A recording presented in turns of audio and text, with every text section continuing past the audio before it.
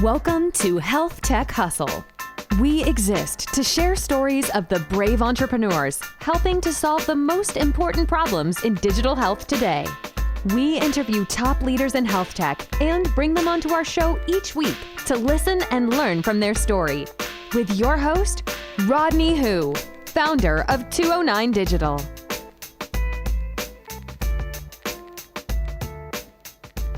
All right, hello, and welcome to another episode of HealthTech Hustle. Today, I'm joined by another awesome guest, Mr. Robert Longyear.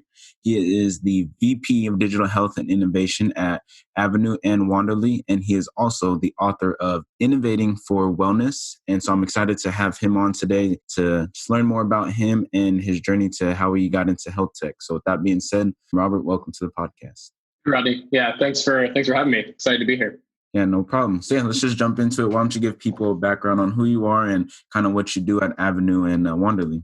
Yeah, so I'll chat a little bit about the book first. So I wrote this book called Innovating for Wellness that really explores the intersection between health policy and some innovations that occur in the payment side of healthcare and how that sort of set the stage and built the perfect storm for top tech companies to be able to be successful as the needs to change clinical care delivery models and interactions with patients kind of come about due to these incentive changes. At Wanderly, to give a little bit of background, Wanderly is like kayak.com. It is a marketplace for contingent healthcare staffing. So travel RNs, travel nurses, nurse practitioners, travel pharmacists, travel allied health professionals build a profile on Wanderly, and they use it to transparently look for jobs in inpatient facilities across the country. So it's really improved speed to market and has really become a friend to the nurses that come to the site looking to be able to evaluate pay packages and decide where they want their next assignment to be.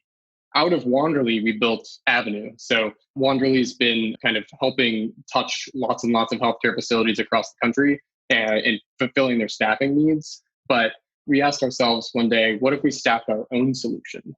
And as this need for digital care management solutions, digital disease management solutions has really become crucial in the digital health market, we decided that we have a very large supply of healthcare professionals, clinicians that can deliver chronic disease management services to patients. So why not build a company that can partner with physician practices and health systems to better reach into the home to provide services if we have the clinicians and the technology to do that.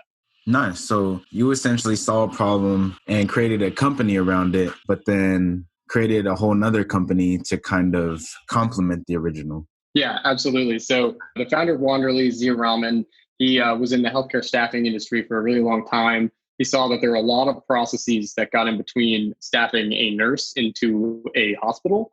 And there was like 36 steps or something to get a nurse to a job in a hospital. And he was like, well, what if we digitized this whole process, automated a lot of pieces, and we really helped staffing agencies and managed service providers for hospitals to kind of cut out the paperwork and all the manual processes to increase speed to market and access to a healthcare workforce, which is absolutely crucial. With supply and demand imbalances across the country for nurse staffing, it's a huge issue. So being able to ensure that there's adequate supply and there's access to that supply is something that Wanderly is really built to be able to facilitate. One of the big problems during COVID-19 is in New York, New Jersey, they needed more ICU nurses. And so when we looked at our data of the nurses, where they were going and which jobs they were taking through the Wanderly platform, we saw that we were kind of facilitating this match between nurse and hospitals in New York on the front lines. And our internal data really showed how we were helping increase the access to a clinical workforce during a time when there was a lot of demand for frontline workers. So that's the Wanderly story. So Zia saw a problem there. They built Wanderly, and we got together. And when I was at a previous digital health company, and we were like, what if we built a new kind of company that's extremely scalable because of our staffing supply? So we said, we know that there's a need to be able to provide lots of services to patients in the home as the population ages, as more people get onto Medicare, and as the health system really struggles to keep up with this chronic disease epidemic. And so we have all the clinicians, and we felt like, what if we were able to build something that can support healthcare systems, physician practices in standing up a new service line to perform managed remote patient monitoring or care management through an app. And so that's what we did with Avenu as well. Nice. And so I can kind of see the value of Wanderly in all this just because of my background as an MRI tech. And over the past couple of years, I've actually been a travel tech. So working with other staffing agencies and travel Oh, perfect. recruiters and stuff like that. So I definitely know the process and how many steps that you have to go through before you actually get placed on your first assignment, and really just dealing with other recruiters and other companies to get you staffed. And then on the back end, you have those contracts with the hospitals and the people that are actually looking for staff to fill that job. And so I really just see the potential of Wanderly, because if you're able to streamline that whole process, you're able to make things a lot more simpler. And obviously people would want to use that kind of platform as well. Yeah, So, absolutely. So we have most of the people on our platform are travel nurses. We do have a lot of allied health professionals, MRI techs that also do travel positions and go to Wanderly. And the beauty is that you just keep your profile on there. You hit quick apply to the job you want, and it's just so much faster and easier than getting on the phone. You can message with recruiters and stay anonymous until you end up finding the job that's right for you, and then you hit let's do it, and then you get on the plane and go there. nice. So essentially, would you say like Wanderly is like the middleman or like the platform for people looking for a job, and then also the people who are looking to get those jobs filled, right? And then Yep. your platform is just making it easier for that whole process to happen. You're just facilitating all that. So we are a transparent and a independent marketplace. So we allow the people looking to fill jobs to come to one end, and the people looking for jobs come to the other. And all the information is secure, it's transparent, and it's just a nice place to have a nice two-sided exchange between supply and demand. Yep. Nice. So you have two different like avatars, so to say, that you're targeting, that you want to come on and use your platform, obviously. So what strategies are you using to go out and connect with the people looking for the jobs, or even the hospitals or the clinics that are looking for people to fulfill the jobs? How are you going about that? Right. So we work with staffing agencies and managed service providers that already have contracts with hospitals to be able to allow them to come to that one recruiter side of the marketplace. So we work out with them. They join us, and their recruiters get profiles on the platform, and they're able to sort of be that one side of the marketplace. And then for the nurses, we have been very intentional in being a friend. So keeping things transparent, making it as easy as possible, making sure pay packages are very clear and there's no ambiguity in what people are going to get paid when they get to the job site and where the job location is. So it's it's very much like kayak. So we've really attracted a very large number of the travel healthcare professionals because we have made it an intentional effort to be as transparent and on their side as we possibly can. So that's sort of the main strategy, I guess I would say. We built a really good product that it's easy to use and people feel is a good resource for them. Our chief nursing advocate is also very active on social media. So she has quite a large following, and she does a lot of advocacy for nurses. So I think she has also been a big contributor to attracting people to come to the platform. Okay. That's awesome. And so you kind of just mentioned another person that you're working with that's part of the company. So I kind of want to dive into that a little more and just kind of learn more about the team, right? The team that you put together, the team that's helping you grow these companies to where they are now. And you have your role, your strengths and your weakness, but can you kind of speak on some other members that you're working with on your team and how they're able to help you? Yeah, absolutely. So our founder at Wanderly, CEO is Zia Rahman.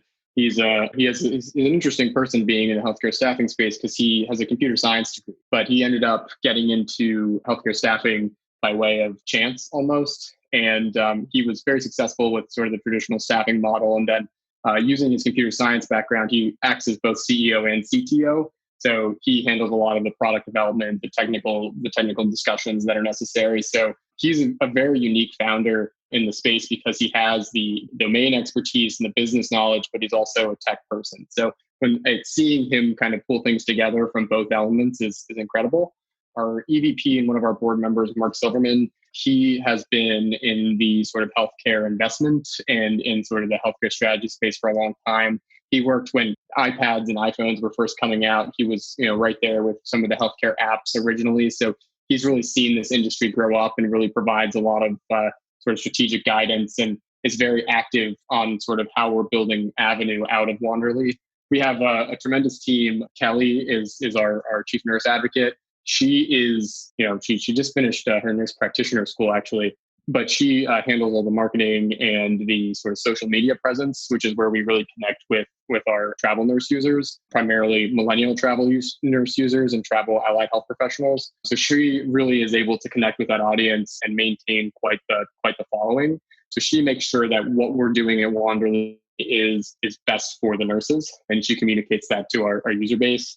My role is very much more on the Avenu side. So I don't come from staffing. I come from care coordination, health services, research type background. I studied healthcare management and policy at Georgetown and worked a lot on sort of health insurance quality improvement initiatives as I kind of went through undergrad and in the years afterwards. And then one of my first jobs out of college was working as head of product at a pharmacy focused mobile app company. So it was sort of in the care management domain. And so my expertise is coming into the digital health space as we move to offer clinical services to patients.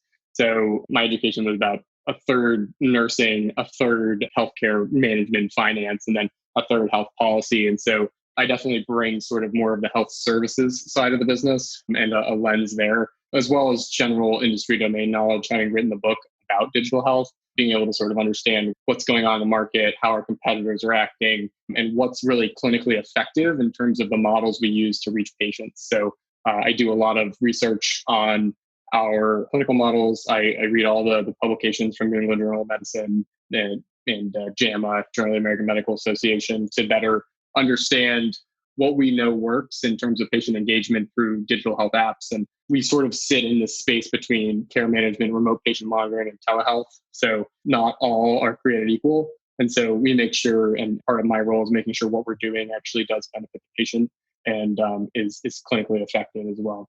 Nice. That's interesting that you just mentioned all these different peoples and all their different roles. Like you're the research guy. You're like, the way I'm getting is you're the research guy, you're the smart guy. Then you have like the tech people. Then you have the actual healthcare professionals. Mix that in with the business developers, the ones who know the actual business of healthcare. And you guys are kind of just all meshing together. And it's interesting because I've interviewed others like CEOs and founders in the past, and just hearing like your position and your role and the importance that you play as a piece of a company. That's very interesting. One thing that you mentioned is that you wrote a book on digital health. So I kind of want to follow up on that and kind of pick your brain on that. Like what's included in that? Yeah, absolutely. So it's interesting though. I've never really been in an organization where I'm just like so proud of how our team works. So, everybody plays such a nice role. So it's nice to see everybody meshing together. There's plenty more people on the Wanderly side that I don't work as much with because I work more on our digital care management initiative. But there's Paul, who's sales and partnerships. He is sort of the go-to sales team guy. He knows how to manage sales and do all the CRM stuff. So there's plenty of other people that I didn't get to mention, but they are making the business run over there, primarily in the staffing side of things. But the book came about. I started writing it almost a year ago. I got a relationship with a publisher, and I had just written my thesis on value-based payment in Medicaid, state Medicaid programs. And out of that, I learned that care management and information technology are crucial to the success of value-based payment initiatives. So instead of paying for volume with fee-for-service payment, where patient goes in, gets tests, gets procedure, gets things done, and hospitals want to fill beds, you try to pay for high-quality services that actually keep patients healthy. And to be able to do that, to shift from a volume-based system to a value-based system is difficult. You have to change something about what you're doing when you deliver healthcare services to patients. And so one of the big gaps there is care management. So more touch points with patients, figuring out ways to help them manage their disease and the information needed to do that. So both of those areas were what I identified and learned about in my thesis. And then I wanted to write a book about it. My publisher was like, do not turn your thesis into a book. Nobody will read it. So they really helped me craft it in such a way that there were engaging stories, and we did interviews with entrepreneurs and startups in the digital health space. And through that, I got a really good viewpoint of what's going on in the industry. So there's a whole bunch of different points at which digital tools and technologies being inserted into healthcare, which is so far behind in this space. And so there's a lot of different approaches. I've heard somebody refer to it as death by 1,000 cuts to the traditional way of doing healthcare. And so being that there's so many approaches and ways to do this, I was fortunate to be able to interview a whole lot of people that had very different perspectives. And I was able to sort of take that and say, these are the things that I expect to be key innovations going forward that will help enable the goals of value-based payment from a national policy perspective. So I tried to kind of merge what's going on in Washington with trying to control healthcare costs and improve healthcare quality with what can we use in startups and innovations to actually accomplish these goals set out by these incentives that are being changed. Nice. So I think it's really interesting how you were saying in order to create your book, it started off as a thesis from research that you were doing. And instead of just putting that into a content that you give out, you actually refined it and making it more valuable by adding stories and getting insights and perspectives from other people in other different avenues of the industry, and then incorporating that into your overall content. And then now that you have like a very tangible product that's valuable and it's tested and it has the opinions of more than just yourself and other people's research. So it makes it that much more valuable to not just your company and yourself, but the entire industry. So congrats on that for sure. Yeah, thank you. Yeah, I was a little bit disappointed because I was like, oh, I can just take this thesis that I wrote. It was like many pages on Microsoft Word. And I was like, I can just turn it into a book. And they were like, you will not be doing that. Nobody will read it. Nobody cares. Did you even read it for the last time? Is what they asked me. And I said, absolutely not. I was done with it. I haven't picked it up since. So the book certainly was built on sort of empirical evidence and discussions that I've seen in sort of the research community. And then it's made entertaining and relatable and engaging through, actual stories of people who work on these things and why they're doing it and what their motivation is behind that. And a lot of it, and one of the core themes is patient stories and caregiver stories really motivate a lot of entrepreneurs in the health tech space to do something different and do something better in healthcare. And I met a bunch of people who are extremely passionate about not only being successful entrepreneurs, but in making a big impact through designing a product that's so effective that the healthcare system has no choice but to adopt it. And so that was kind of one of the main theses of the book, one of the main themes going through it. And it's incredible to see that. And my own story is part 2 of the book. I lost my mom when I was 20 to chronic myeloid leukemia. And so she was living with that for 8 years. So part of this is understanding her chronic care experience, her oncologist for the years when she was living a very healthy life, and then through her hospitalization, and then post-acute care all the way through home health. And so I was able to really see the whole continuum of chronic disease care. And so I used that story, having experienced it, to illustrate some areas where health tech and health innovations can actually make a meaningful impact for patients. So that's part of the book as well. That's crazy that you mentioned that, because I want to you're saying a lot of very valuable information and describing your book. But if you really take a step back from it, it's like you had an experience in your life, a more personal one that you just mentioned, your mom. And that kind of snowballed into an entire book, really. That was your why. That's what motivated you. And that's what actually got you interested, got the gears turning. And you just stayed consistent with it and kept doing your due diligence. And over time, you actually built something and grew something from the ground up, all based off of a past personal experience. Yeah. And that's something I found not in by chance. So, when I think about my, health tech hustle, why I am hustling, it's for that purpose. We had overall a decent experience of care, but there was a lot of things along the way that were very difficult to navigate and that didn't have to be that way. And so it's something that is certainly motivating to me every single day. And through interviewing a lot of the people I talked to in my book, I kind of, after digging a little bit deeper, just like we're doing right now, I really found that they are also motivated from a similar point. So the chief business officer of CarePredict, Jerry Wilmink, I interviewed him, and he told me a story about how when he was very young, he was very close to his grandfather, and his grandfather ended up falling one day down the stairs and nobody knew about it. And Jerry, being the biomedical engineer that he is, asked himself, why can't we figure this out before it happens? And so he worked on products that are home-based wearables for patients in the home, for aging adults. And it tracks their movement, and it predicts when people are more likely for a fall. So Jerry is extremely passionate about this space, and it comes from that close relationship he had with his grandfather and that experience when he was younger to kind of motivate him to make a difference in patients' lives. Dang, that's awesome. Man, that's cool because you're interviewing a bunch of other people. And if I could just kind of like throw in a personal story in here real quick, like one of the reasons why I even started this health tech hustle is one, like I've been part of the industry, the healthcare industry as an MRI tech, it's healthcare plus technology. And so I've always been interested in it. But back in 2018, I kind of had my own kind of minor setback. I went to the doctor really just to get an eye checkup, to get my new contacts and new prescription. But one thing led to another, and I ended up being officially diagnosed with something called retinitis pigmentosa, which is a degenerative eye disease, which means my field of view of my vision slowly gets worse and worse until over time I become legally blind at some point. And so just during that whole process, I was going and seeing a bunch of different healthcare professionals, taking a bunch of different tests and just communicating with doctors all over the country. And just that process opened my eyes to the different kinds of technology and opportunities out there within healthcare, but not a lot of people know about it. And so for me, it was like, man, this was my journey. This was my experience. And these people have helped me. There's this cool technology. How can I create a platform to share this with more people, whether it's other healthcare founders who want to create something in this space, or whether it's just somebody else like me who has been on this journey. You know, I just want to create a platform to be able to get this information out to the world. So that's kind of like my why as well.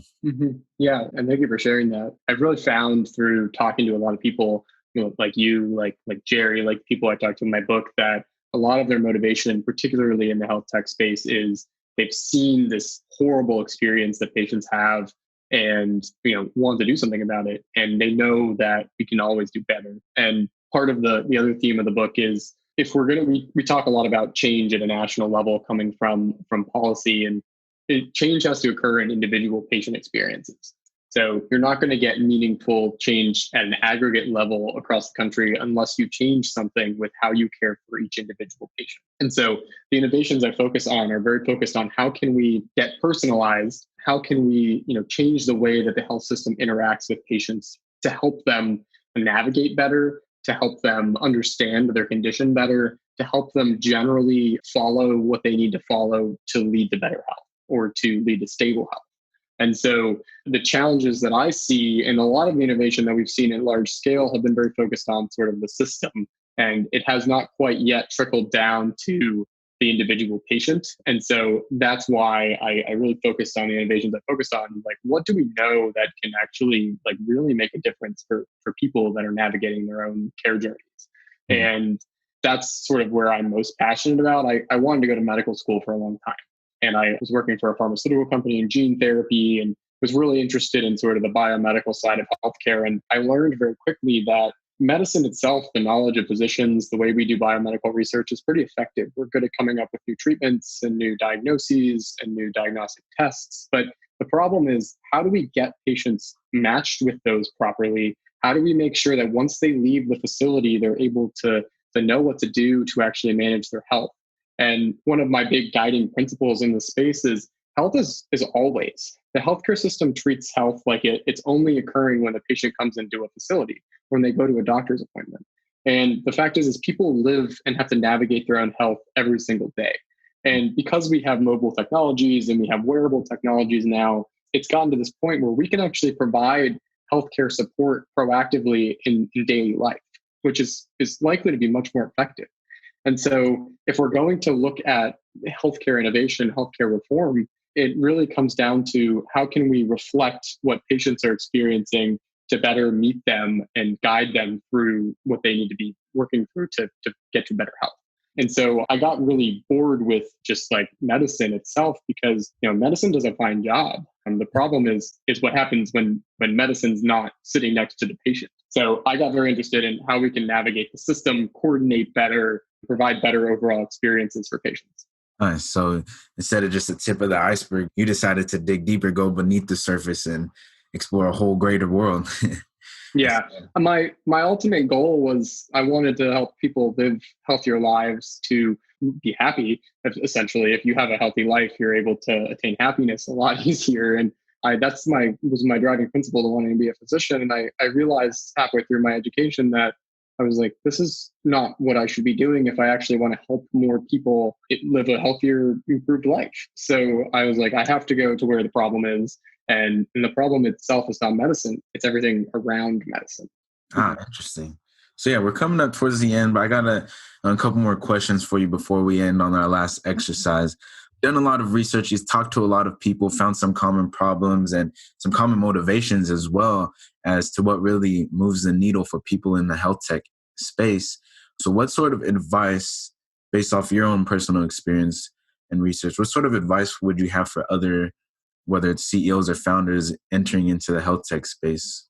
Yeah, I think we talked a little bit about it earlier, but you have to build a team that is interdisciplinary. Healthcare is extremely multifaceted. It's almost a joke when you go to healthcare management policy school, and everybody's like, healthcare is very complex. And you hear that at the start of every class. And the truth is it is. You have a really highly scientific knowledge base in physicians. So we actually pulled in our chief medical advisor, Dr. Richard Boxer. He's a former chief medical officer of Teladoc. So he's also on the team. So we brought him in because we realized we need a lot more medical support from a physician. So we assembled him. We have the technology people that are necessary to sort of build the product itself. We have people who have the relationships and that have built companies before to help guide the process overall. And so it's necessary to assemble a team of different minded people. Sometimes it makes it a little bit more difficult because you have to spend more time getting on the same page. But it's much more effective when you're trying to enter healthcare if you have all these different perspectives, because it's required. I've seen a lot of people get together with a bunch of tech people and they try and build a tech company, and they kind of miss out on some of the core elements of healthcare. I've seen people come just as healthcare people, and they kind of don't have as strong of a technology or a business acumen. And so they really struggle to commercialize the product, even though the idea and the concept is very effective. So healthcare is a team sport, and it's always been a team sport. And if you're going to try and build a company as a founder, you need to put together a team that reflects the fact that it's a team sport. Awesome. I think that's a great way great piece of advice. Build a team. Teamwork makes the dream work. It does.